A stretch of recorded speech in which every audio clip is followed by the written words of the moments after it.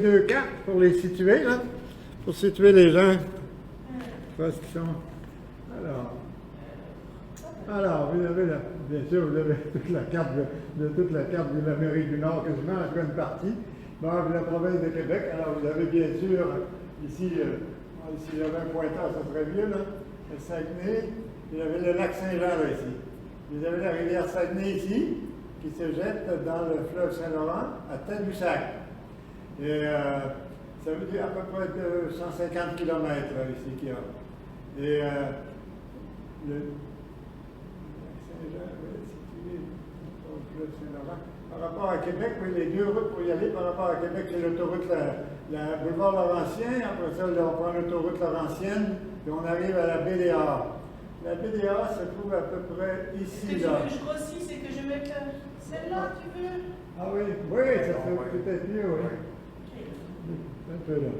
Non. Ah oui, là, pour la route, oui. Ça, c'est la route. Ça, c'est le chemin le plus court, c'est 200 km. On arrive à Saguenay, près de la baie des Arts.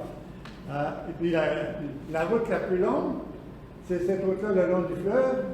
Et ensuite, il tourne à gauche sur la... Alors ici, c'est la 160... je l'avais marqué, la 138. Et après ça, c'est la 170. Qu'on prend pour aller... Quand on quitte le fleuve, c'est la 170.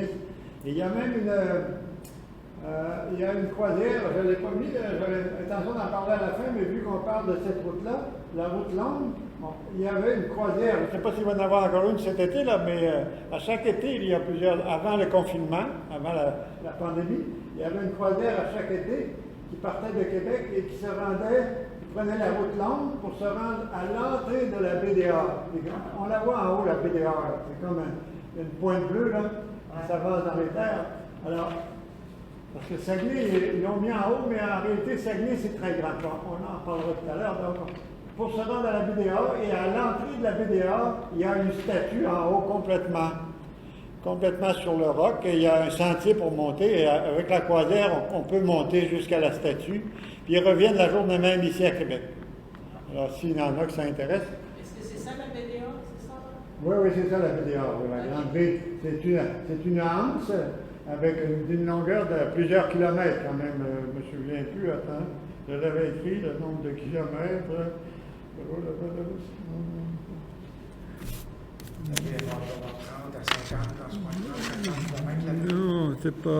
Non, c'est pas tant que ça. Une trentaine, me semble, c'est une trentaine de kilomètres, oui. Je l'ai pas pris.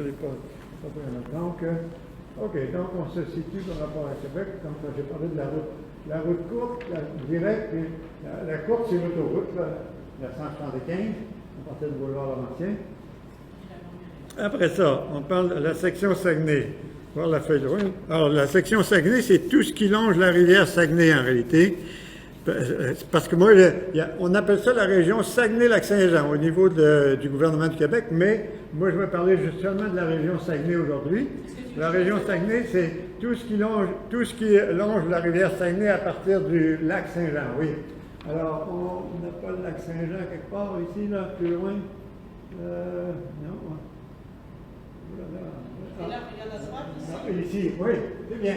On a le lac Saint-Jean ici, et moi je vais parler de cette région-ci, surtout ici, parce qu'à cause de la baie des Arts, l'embouchure de la baie des Arts, mais ce qu'on appelle la section Saguenay, c'est tout ce qui longe la rivière Saguenay, qui part de l'embouchure, pas l'embouchure, deux décharges du grand lac Saint-Jean, et elle se jette ici dans le fleuve à Tadoussac. C'est environ le nombre de kilomètres. Section Saguenay, feuille jointe, par la feuille jointe. 125. C'est à peu près 150 km. 150 km. Le fjord comme tel, c'est le fjord. Oui, c'est le fjord, exactement. Ça porte le nom du fjord, effectivement. Puis, si on revient on va essayer de suivre le plan un peu, là. Donc, la section, ça longe la rivière, tout ce qui longe la rivière, jusqu'à l'embouchure du Saint-Laurent, jusqu'à son embouchure à Tadoussac. Oui, bon, on va parler de la ville Saguenay. Alors, la ville Saguenay, c'est deux fusions. Une première fusion, seulement les trois villages autour, pas complètement tout le tour de la BDA, mais sur une partie de la BDA. Si tu pouvais leur montrer la carte où on voyait bien la BDA. Alors, il y avait 3 villages là, qui sont Port-Alfred, Grande-Baie, puis Bagotville. Ça a été fusionné, ça s'appelle la ville Labbé. Ça, c'est il y a à peu près 20 ans au moins, plus que ça même. Je ne sais plus trop, mais je l'ai peut-être marqué quelque part. Je n'ai pas toujours en mémoire tous ces chiffres-là, parce que j'ai commencé à fouiller ça il y a quelques jours seulement. Alors, toujours est-il que la BDA, donc vous avez là, alors, du côté sud, là, sud-ouest, il y a 3 villages, Port-Alfred, Bagotville et Grande-Baie. Puis, ça s'est fusionné, ça s'est appelé la baie, la ville La Baie. Et après ça, ils ont fusionné avec Chicoutimi, qui est en haut vis-à-vis le Point-Rouge. Chicoutimi est là, puis Jonquière, un peu plus à l'ouest.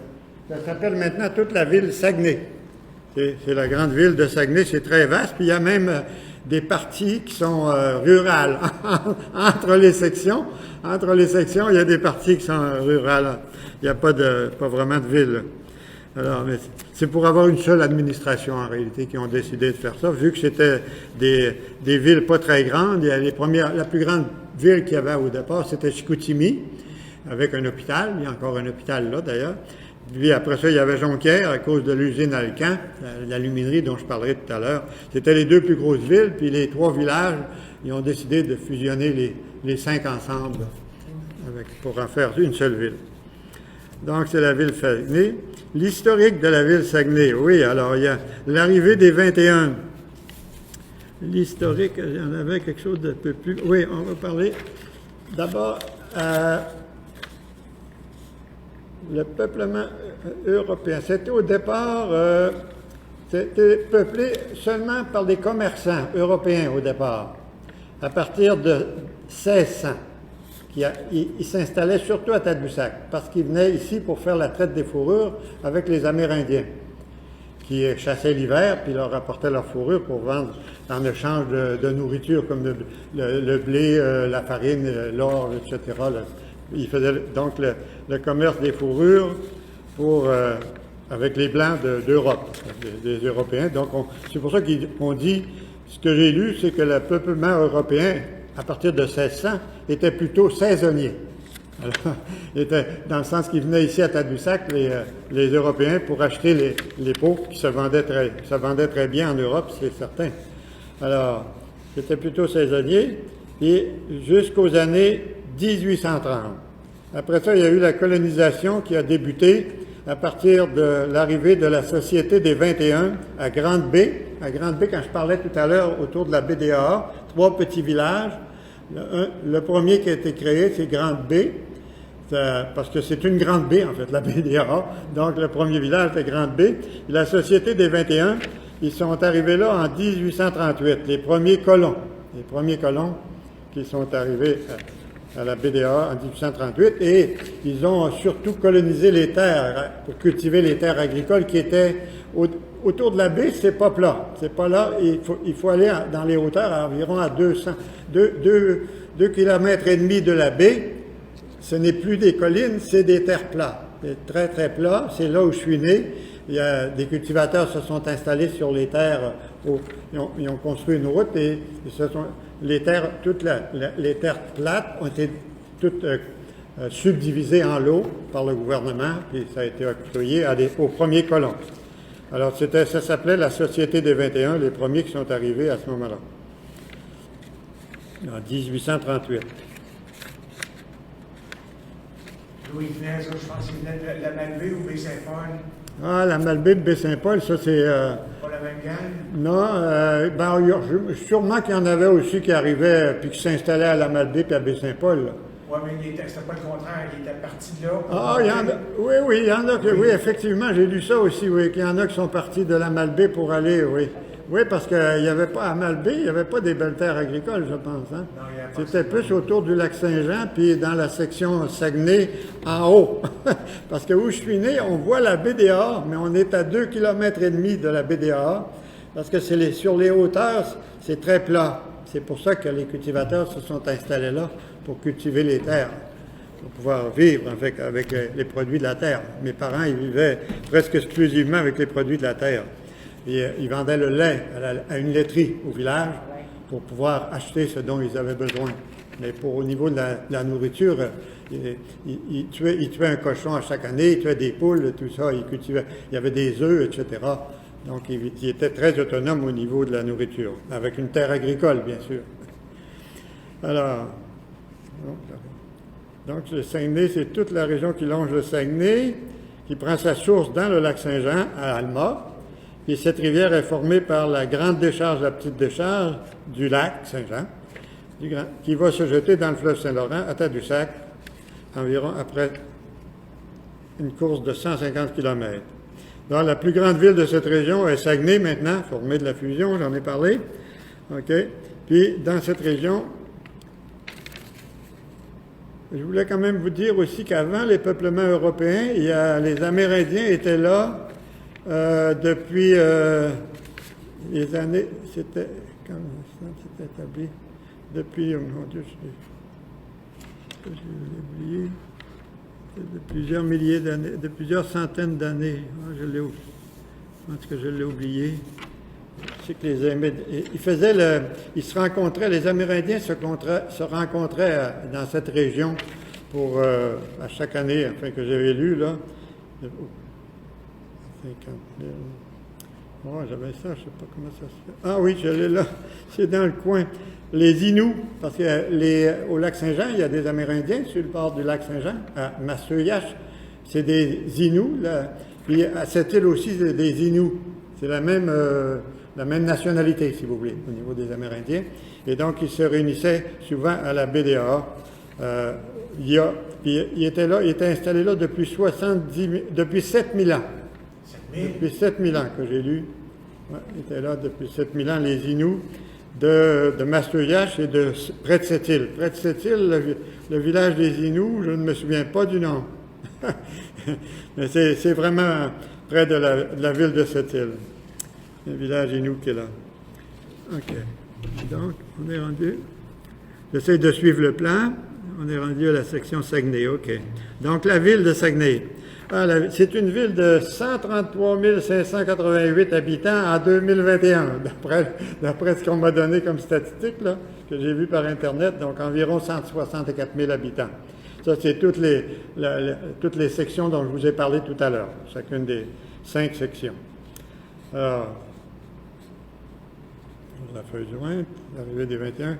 La construction des barrages, oui. Je crois que ce n'était pas dans ton plan, mais je veux l'ajouter parce que pourquoi s'est installé 2 industries très importantes dans cette région, qui sont l'industrie de l'aluminium, puis une industrie pour les pâtes et papiers, pour le journal, le papier journal en fait. Et pourquoi ils se sont installés là? C'est parce qu'au départ, pour l'Alcan, pour l'aluminerie, ils ont pu construire un barrage sur la rivière Saguenay, qui est une très grosse rivière. Et comme le lac Saint-Jean est un très grand lac alimenté par de très grosses rivières, il était certain de ne jamais manquer d'eau. Parce que tout autour de la région Saguenay-Lac-Saint-Jean, c'est très montagneux.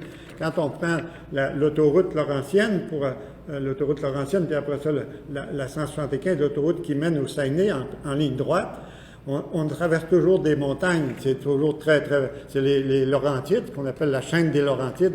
C'est des montagnes qui sont jusqu'à 800 mètres d'altitude par rapport à Québec, là. Donc, par rapport au niveau de la mer. Québec est très bas, et pas haut comme ça. Par rapport au niveau de la mer, on est à seulement quelques dizaines de mètres de plus. Et donc, comme il y a beaucoup de montagnes, il y a beaucoup d'eau, puis les nuages s'accrochent souvent aux montagnes et ça favorise la condensation des nuages et par conséquent, il pleut beaucoup dans les montagnes et ce qui fait que ça favorise beaucoup, ça alimente beaucoup les rivières qui alimentent le lac Saint-Jean, qui se jettent dans la rivière Saguenay. Et c'est pour ça que l'Alcan, la compagnie Alcan à l'époque, maintenant, c'est fusionné. Ça a été acheté par Rio Tinto, là, mais ça porte encore le nom de Rio Tinto Alcan. L'Alcan a construit un barrage, un très gros barrage sur la rivière Saguenay pour produire de l'électricité. Par la production d'aluminium, ça prend énormément d'électricité. Ça se fait par électrolyse. rien que le mot électrolyse nous dit que ça prend de l'électricité.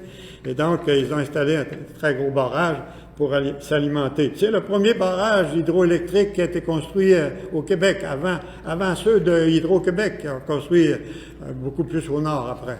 C'était le premier barrage construit par une compagnie, qui était à Alcan à l'époque. Ça s'appelle Alcan. Donc, Dans les diapositives en arrière, Paul, ah oui? dans le centre, tu dois avoir ça doit être une génératrice, c'est de la Chipcha. Ah oui, section de Chipcha. C'est exactement, c'est celui-là qu'ils ont construit, le premier barrage qu'ils ont construit par une entreprise privée, la Chipcha, secteur Kenogami. Kenogami a été fusionné à Jonquière, et après ça, qui a été fusionné à toute la ville de Saguenay. C'est tous des anciens villages ou villes. Chicoutimi, Jonquière, le lac lui-même, lac Kenogami, je pense. En fait, on a tout. Toute la section, toutes ces villes et villages-là, ça s'appelle Saguenay maintenant. Donc, le barrage. Plein de barrages un peu partout. Sur Kenogami, il y en a 3-4. Des quoi? Des barrages. Il y en a aussi, oui, à Kenogami, oui. Je ne me souviens pas de tous les barrages. Il y en a un, entre autres, à Val-Jalbert aussi. Val-Jalbert, je ne sais pas si vous avez déjà entendu parler, bon, si vous allez dans la région près du lac Saint-Jean, c'est juste, juste au bord, pas loin du lac Saint-Jean, vous vous rendez aller visiter le site de Val-Jalbert, c'est intéressant aussi parce que c'est très instructif sur ce qu'il faisait lorsqu'il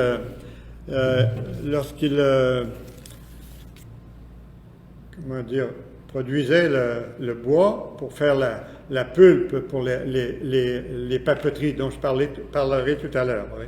Alors, il y a beaucoup de barrages à plusieurs endroits. Je pense même que je ne les connais même pas tous, je pense. Alors, les images qui sont à gauche, ça représente quoi, ça me dit? Pardon? Les images à gauche. À droite? Non, à gauche. À gauche. De quelle tu veux parler? C'est quoi ces images? C'est le centre de la ville de Saguenay ou pas?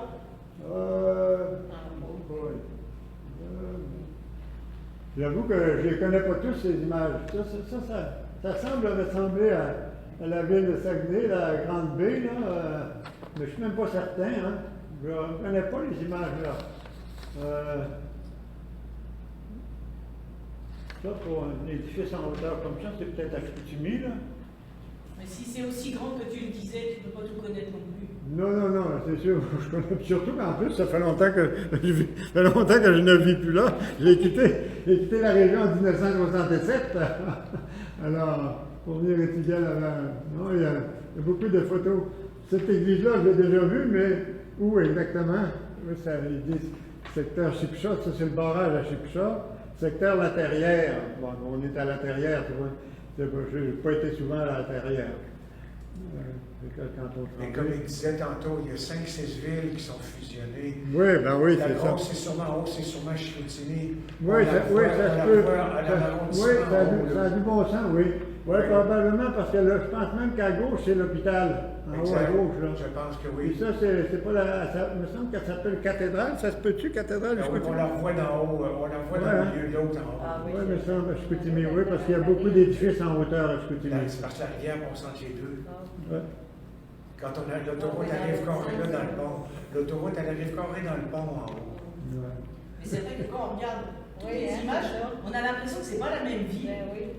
Alors que c'est comme il disait, c'était. Parce que la partie est plus loin que dans l'ombre. Il y a un nuage en haut dans l'ombre. C'est pour ça qu'on la voit mal.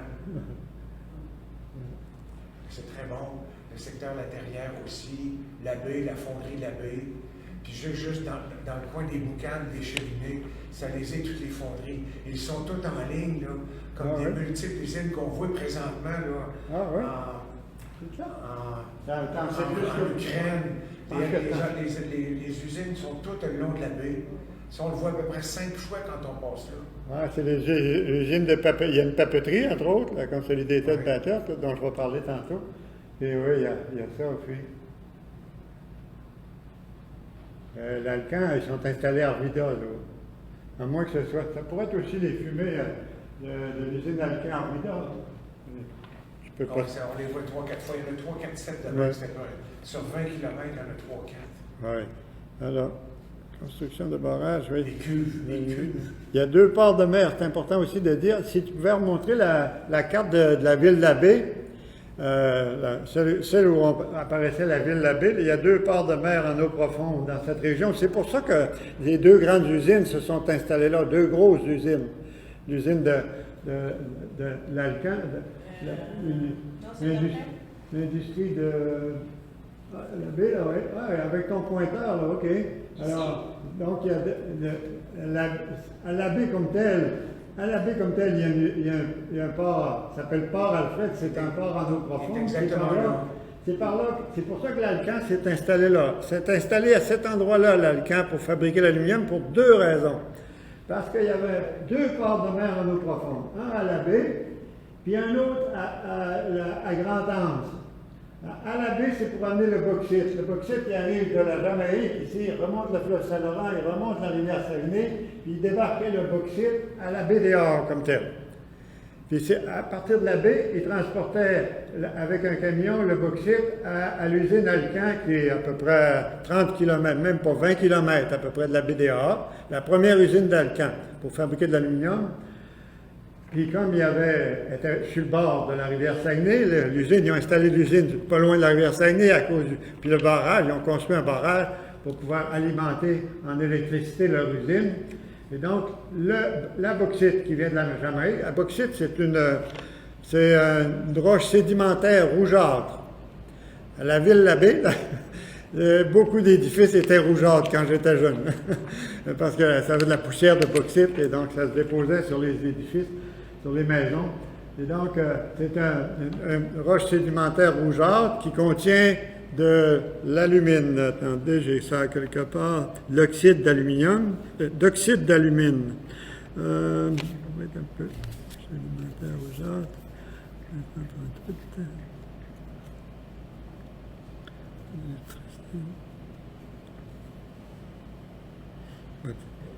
L'oxyde de fer. Il y avait. Quelque part. Il aurait fallu que je réécrive toutes les feuilles, et je n'ai pas fait. C'est de l'oxyde d'alumine. Ah oui, je l'ai là. Donc, c'est principalement, le sédimentaire rougeâtre est composé principalement d'alumine, c'est-à-dire de l'oxyde d'alumine et d'oxyde de fer. Alors, est importé par bateau de la Jamaïque, d'où l'importance du 2 ports de mer, Port Alfred, puis le port de Grand-Anse. Le port de mer, Port Alfred, c'était pour amener la bauxite. Le port de Grand-Anse, c'était pour shipper l'aluminium après l'avoir, dans des dingos d'aluminium. Le port de Grand-Anse est le long de la rivière Saguenay, mais à l'extérieur des terres. C'est une région qui n'est pas peuplée du tout, c'est juste un port de mer qui a été construit là. Parce que c'est un port en eau profonde. Dans la fabrication automobile, oui, pourquoi était-il important l'aluminium, là? C'était pour exporter aux États-Unis, pour la fabrication des automobiles à Détroit, qui étaient les 2 premières grosses compagnies d'automobiles aux États-Unis.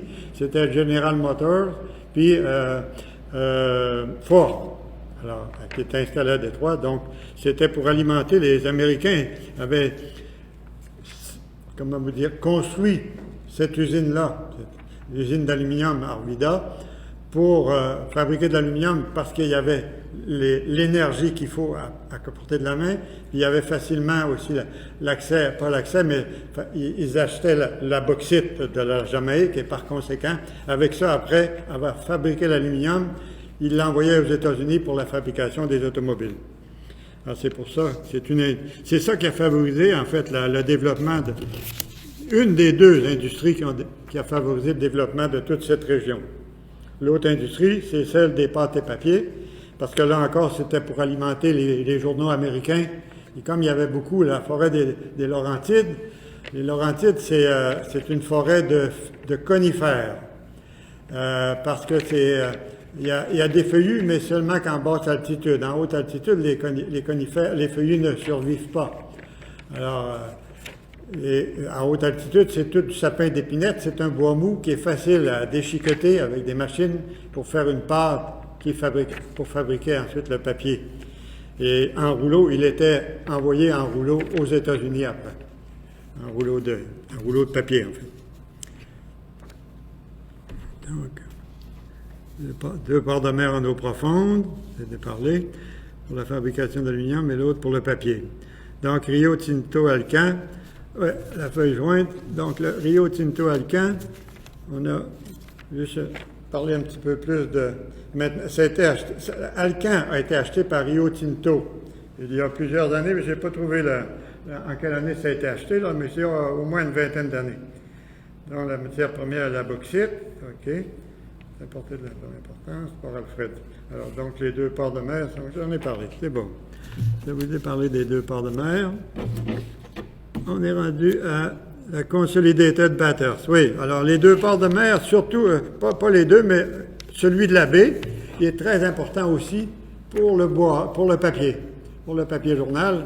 Alors, comme il y avait beaucoup de feuillus, pas de feuillus, mais de conifères, des sapins et d'épinettes, alors tous les cultivateurs, en plus d'avoir, comme mes parents avaient, en plus d'avoir une terre à cultiver, ils avaient aussi, là où c'était pas plat, c'était des montagnes, il y avait des lots à bois qui étaient octroyés en même temps que la terre agricole à cultiver.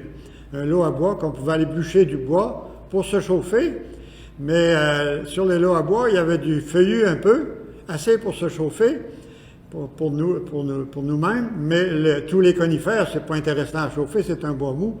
Alors, c'était vendu à la papeterie en bas, à la ville, à la baie, la Consolidated Batters, la compagnie qui s'est installée à la baie pour profiter de cette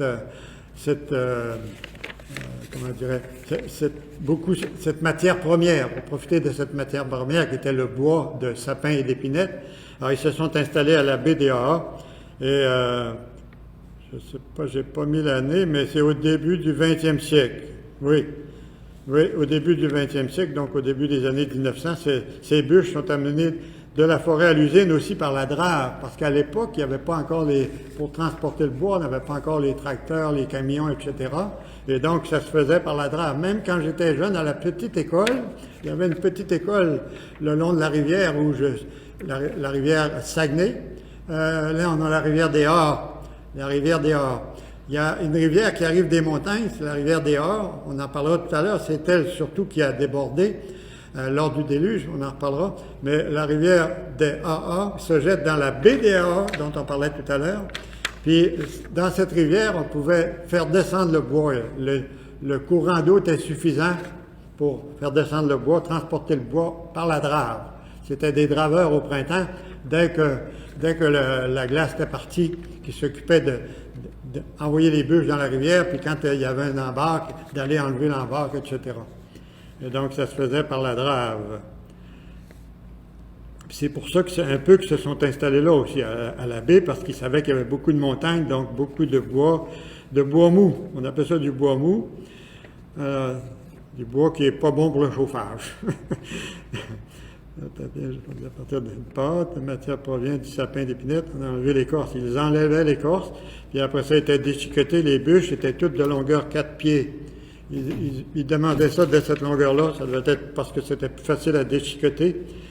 Alors, c'est la rivière des Hares. Par la rivière des Hares, à partir des années 1960, le transport du bois se fait par camion.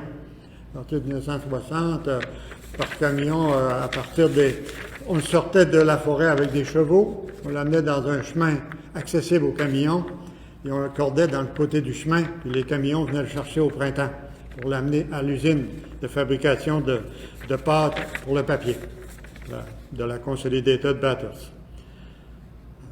À partir des années de transport, le port d'escale, Port Alfred, le port de mer où est installée la Consolidated Batters, c'est aussi un port d'escale maintenant. Parce que comme c'est un port en eau profonde, les gros bateaux de croisière qui viennent du sud peuvent arriver et débarquer les gens là. Et après ça, il y a des autobus qui les amènent pour visiter différents endroits dans la région. Et maintenant, depuis port de mer, depuis 2009, depuis septembre 2009, ce qui favorise bien sûr l'industrie touristique de cette région.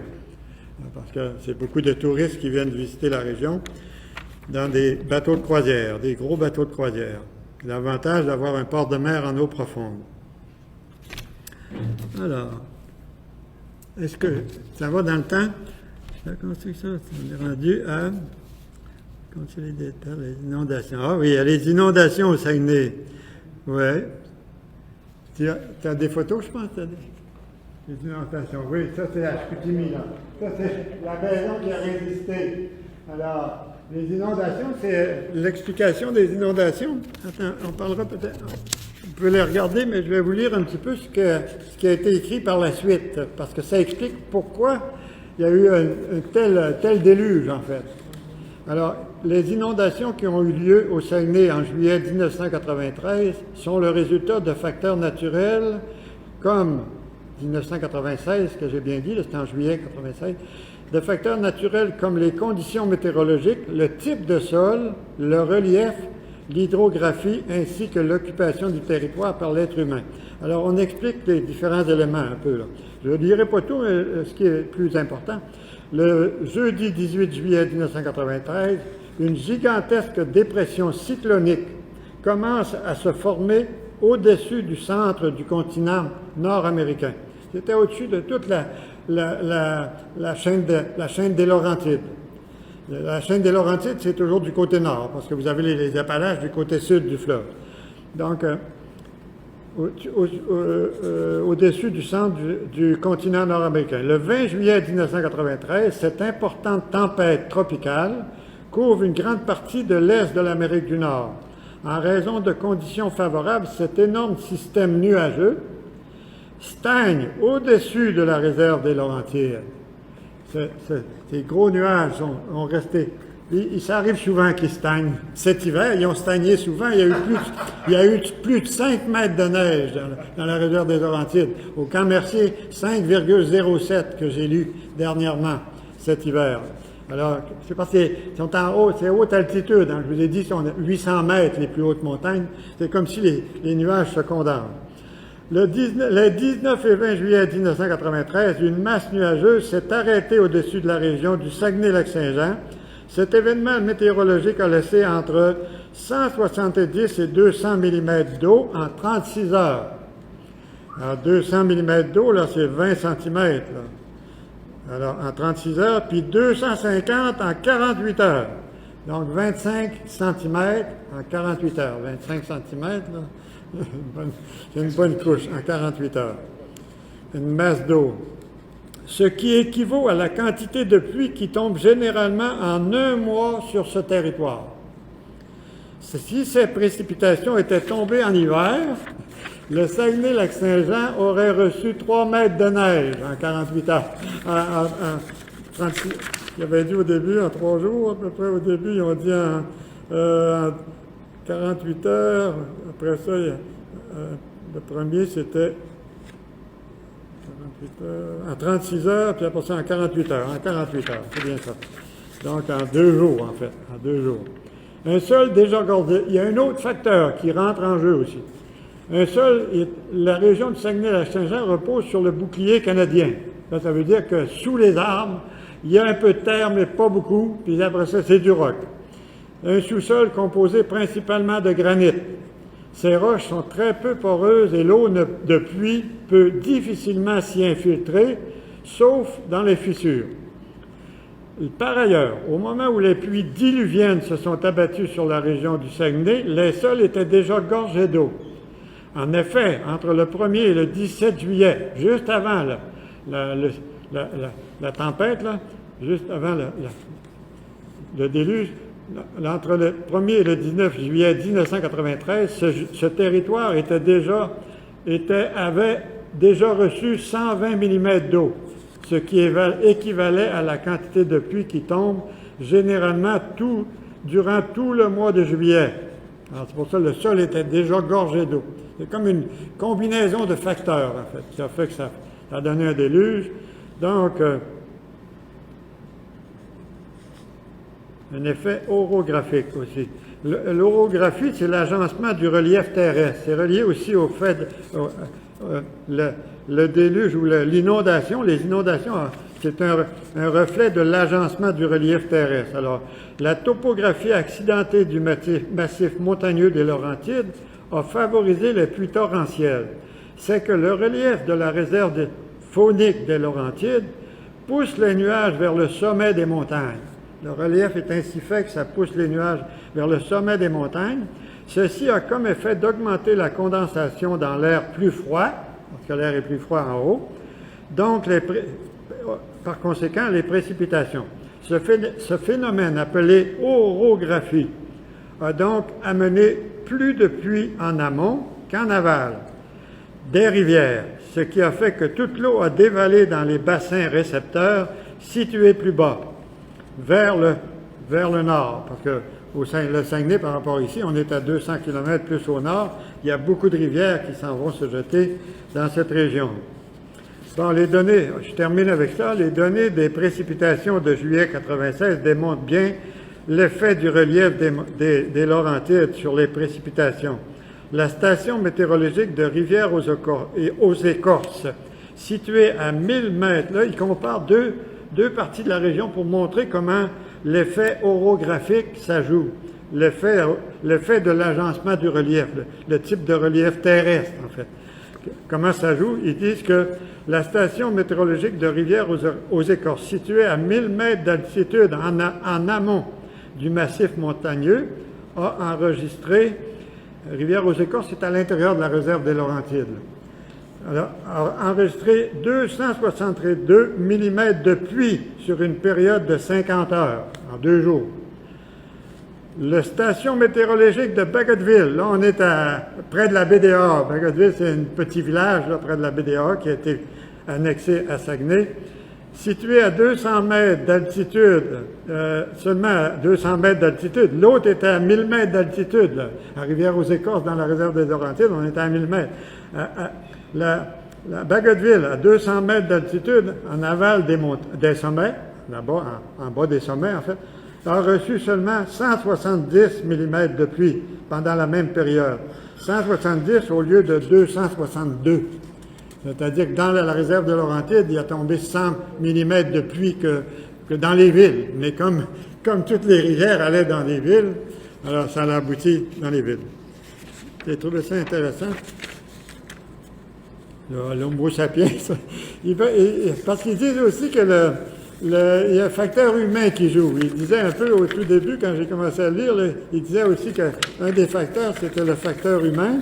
Alors, ils en parlent un peu là-dedans. Je vais juste vous dire un peu ce qu'ils disent. Là. La façon dont l'être humain occupe le territoire au Saguenay-Lac-Saint-Jean a eu un lien direct avec les conséquences des inondations de juillet 1996. Dans l'histoire Saguenay-Lac-Saint-Jean, les populations humaines se sont établies en bordure des cours d'eau, les seules voies de communication à cette époque. Les crues naturelles du printemps et de l'automne faisaient partie de leur vie. Alors qu'ils étaient habitués. Plus tard, digues et barrages ont été construits sur certains lacs. Je vais vous en parler tout à l'heure d'un barrage sur le lac, surtout pour la ville Labbé. Il n'y a pas seulement que la ville Labbé qui a été inondée, là, mais il y a beaucoup d'autres villages, beaucoup d'autres villes aussi le long de la rivière Saguenay. Mais je vais vous parler surtout de celle-là. Donc, il dit plus tard, digues et barrages. Donc, la Consolidated Batters, dont je vous ai parlé tout à l'heure, la compagnie de pâte et papier, ils ont construit des barrages au lac AA, le lac DAA, parce que c'est la BDA. Le lac DAA est à 3 à 4 km de la BDA. Puis il se jette dans la rivière DAA. Ils ont construit un barrage tout près, juste à la sortie du lac, pour être sûr de toujours avoir suffisamment d'eau pour l'usine de papier, pour la papeterie. Pour être sûr d'avoir toujours suffisamment d'eau, quitte à ouvrir les valves au besoin. Donc, ils ont construit un barrage, mais à l'époque, il n'était pas en béton, il était en bois, avec des pieux rentrés dans le sol, avec après ça des planches, des madriers, etc. Et pendant le déluge, le barrage a cédé. J'en reparlerai tout à l'heure un petit peu à la fin. Et donc, je vais juste terminer, parce qu'ils disent que l'être humain a joué dans le fait de l'inondation, surtout à la BDA, le long de la rivière, puis à la baie aussi. Donc, dans l'histoire, plus tard, digues et barrages ont été construits sur certains lacs et certaines rivières, créant ainsi des lacs réservoirs, comme ceux du lac des AA et du lac de Kenogami. Deux grands, on l'a vu tantôt, le Kenogami, là. Malgré la présence de ces ouvrages de retenue, les populations humaines déjà installées sont demeurées sur place, croyant même que les digues et les barrages les protégeraient des crues du printemps. Les rives des cours d'eau ont continué d'être habitées et certaines personnes ont même construit leur résidence sur des terres inondables et vulnérables aux glissements de terrain.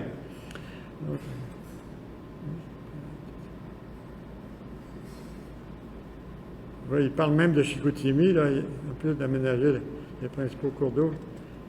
En plus d'aménager les principaux cours d'eau, des bassins hydrographiques pour exploiter eau et bois, l'urbanisation a continué de prendre de l'expansion et a modifié les lits naturels des rivières. Pour des raisons de développement, les rivières ont été remplies, déviées, contournées, détournées et canalisées, etc. La conséquence de tout ceci, une fois de plus, Dame Nature s'est déchaînée et les rivières ont retrouvé la mémoire, elles ont repris leur ancien lit. Et c'est ce qui est arrivé, entre autres, à la baie des Havres. Ils avaient, à la sortie de la rivière, juste avant la baie, la rivière, normalement, allait tout droit à la baie, mais pour pouvoir construire des maisons là, ils l'ont fait détourner comme ça. Ils l'ont obligé à faire un détour par un remblai pour s'en aller dans la baie pour pouvoir construire toute la partie qui n'était pas très élevée, que c'était facile à construire, c'était pas montagneux, parce que le reste autour, c'est des montagnes. Alors donc, ils voulaient profiter de cette partie-là, mais sauf que quand il y a eu le déluge, ben là, la rivière a voulu reprendre son lit d'avant, fait qu'elle a inondé toutes ces maisons qu'il y avait là. Ils ont dû en démolir plusieurs après. Alors, et du coup, au déluge, il y a eu beaucoup de morts. Est-ce qu'il y a eu des morts lors du déluge? Ah oui, il y a eu des morts, je l'ai lu, mais je ne l'ai pas pris en note. Il y a eu, maintenant, sais-tu le nom? Non, c'est une question justement. Il y a eu, quand ils ont parlé tout à l'heure des glissements de terrain, là, il y avait une maison à la baie, à Grande Baie, la partie Grande Baie, qui est à Grande Baie à l'est, à Port-Alfred, après ça, Bagelville à l'ouest. Et Grande Baie, il y avait une maison tout près de la colline, et là, il y a eu un glissement de terrain, et la terre a rentré dans la maison, il y a eu des morts. C'était les enfants qui étaient couchés, qui sont morts, il me semble. Il me semble que c'est 2 enfants. Puis après ça, il y en a eu qui se sont morts noyés aussi quand les maisons ont été envahies, quand le barrage a cédé. Au lac à le barrage dont je vous ai parlé tout à l'heure, le barrage en bois, maintenant ils ont construit un barrage en béton par après, là, mais le barrage en bois, quand il a cédé, toute l'eau, il n'y avait pas juste l'eau de la pluie, il y avait l'eau du lac aussi, parce que c'est un grand lac, le lac des Havres. Alors, donc quand le lac a cédé, il faut dire aussi que là où descend la rivière des Havres, c'est des montagnes chaque côté. Moi, j'ai un de mes frères, Claude, il avait construit, quand il a acheté un lopin de terre, parce que souvent, en haut de ces montagnes, il y a des terres plats. Alors, mon frère Claude, il avait acheté une terre là, avec une maison, une vieille maison, toute ancienne, une maison de style canadien, mais les ancêtres étaient plus prévoyants. Ils avaient construit, au moins, mon frère Claude, sa maison qu'il a achetée était au moins, je dirais quasiment aussi haute que le plafond ici, dans la colline. Ils avaient construit, les ancêtres qui avaient construit ça, ils avaient été très prévoyants, parce qu'ils l'avaient construit dans la colline, puis les terres étaient en haut. Donc mon frère Claude, il a acheté cette terre-là, mais pour son fils, vu qu'il y avait de l'espace en bas, là, pas loin de la rivière, il y avait le chemin, il y avait la rivière, il y avait, je dirais que, où il a construit la maison pour son fils, par rapport à la rivière, à peu près 10 mètres, pas plus que ça, même pas 10 mètres, je pense.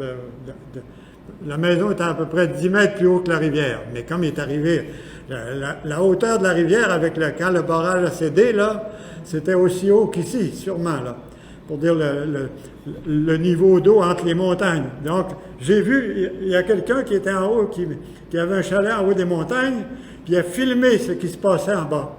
Puis moi, j'ai vu le film, la maison du fils de mon frère, elle a parti comme un bateau. Quand il y a eu beaucoup d'eau, on la voit, là, elle part, elle a flotté, en fait. Elle est partie à flotter comme ça. Et donc, il a perdu sa maison. Il n'y avait pas eu de mort dans cette maison-là, mais il y a eu des morts à la baie, à Grande Baie. Il y a eu aussi ailleurs, mais je ne me souviens pas les autres qui sont morts noyés, là, mais il y en a eu des... Il me semble que c'est au moins 8 au total qui sont morts. Il me semble 8 personnes de mémoire, il me semble. Donc, on est rendu à...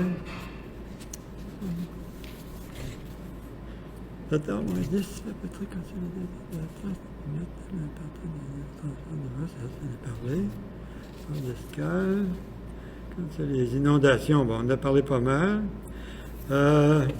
Si vous avez des questions, je pourrais répondre aux questions. Juste avant, je voudrais vous dire qu'il y a un livre intéressant sur...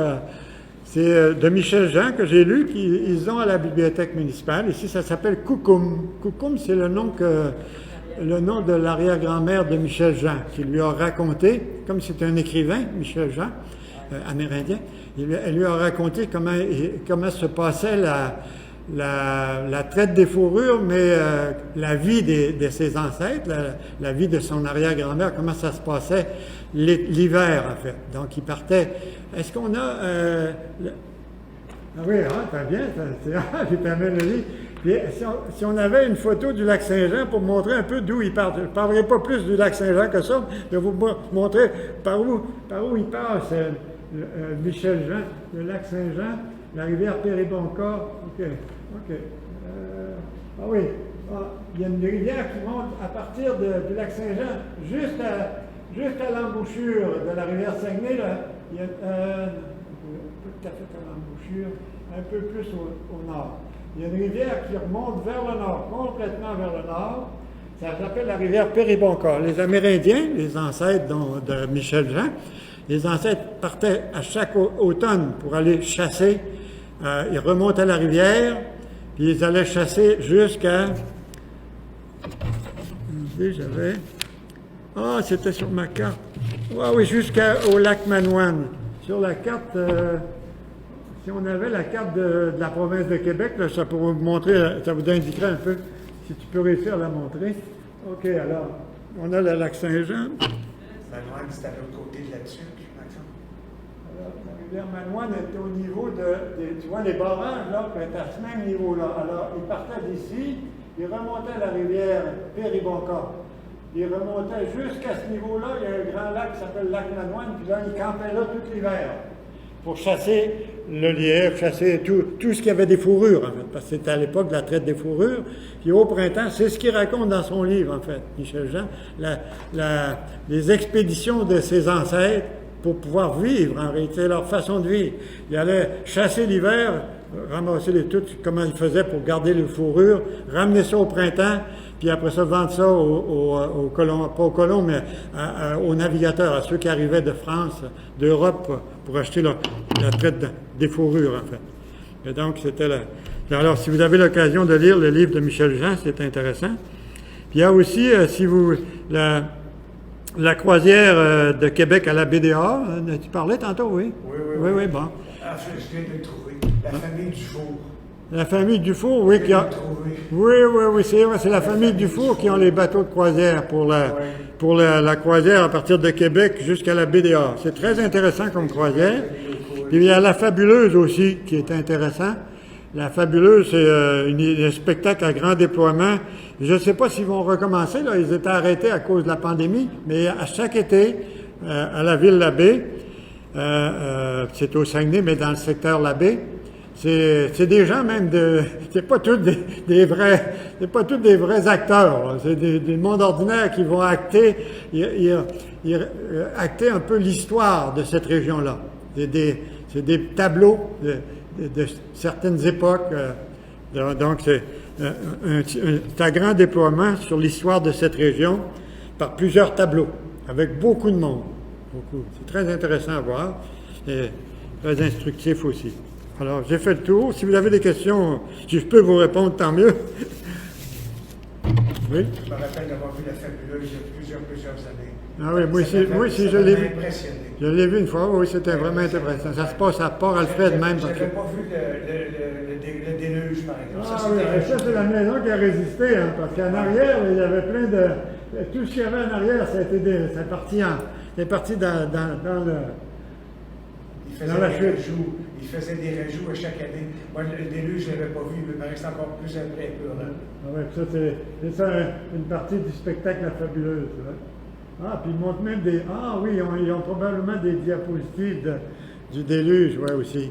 Si vous avez l'occasion d'aller au Saguenay, d'aller voir en même temps La Fabuleuse, ils vont probablement recommencer cette année, hein, c'est ça? On va pas mal tout recommencer cette année. Ça va? Alors, c'est tout ce que j'avais. Bienvenue, ça m'a fait plaisir de présenter ma région d'origine. On voudrait le temps de la préparer. Ah, merci. C'est ça, tu nous as bien expliqué Merci. et tout. Merci. Donc merci pour tout. Merci pour vous aussi, merci pour votre écoute. Et puis moi, ça m'a fait plaisir de t'accueillir. Et puis franchement, pour tout ce que tu nous as montré, moi qui connais rien, j'ai appris plein de choses. Et je trouve ça vraiment très instructif. Oui, puis en ajout à ça, il va y avoir une présentation aussi par René et Daniel, 2 autres bénévoles, qui vont présenter le lac Saint-Jean. Le mois prochain, vous aurez la suite, c'est-à-dire vous aurez la totale, Ouais, le Saguenay parce que là, c'est plus la région du Saguenay dont je vous ai parlé. Parce que c'est, en fait, je devrais dire une section, parce que maintenant, c'est la région Saguenay-Lac-Saint-Jean. Ça s'appelle comme ça, la région. Et moi, c'est la section Saguenay dont je vais parler surtout. C'est ça, et le mois prochain, vous aurez le droit au lac Saint-Jean. Ouais, moi, je vais même venir aussi, parce que... C'est ça, exactement, avec grand plaisir. C'est le... je ne veux pas dire de bêtises. De mémoire, c'est le 11 mai, je crois. Ouais, 11 mai. Ça va venir très vite. Oui, je pense que c'est le 11 mai. C'est ça. Merci. Donc, merci beaucoup. Merci à toi aussi. Merci à toi. La fusion qu'il y avait eu, ça avait été très, très, très difficile, je pense, la fusion.